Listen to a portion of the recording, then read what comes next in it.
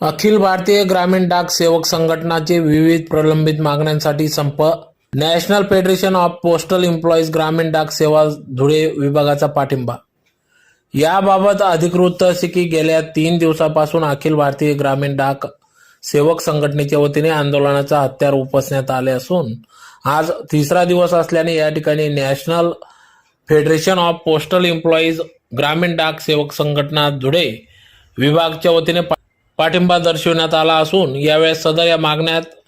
लवकरात लवकर पूर्ण करण्यात याव्या अशी मागणी यावेळेस करण्यात आली.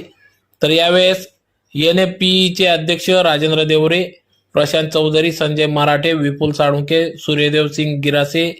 ताराचंद जाधव, संजय पाटील, AIGD SU अध्यक्ष RV करनार, सचिव MD आहिरे, उपाध्यक्ष विनोद बागले, पराग कुलकर्णी,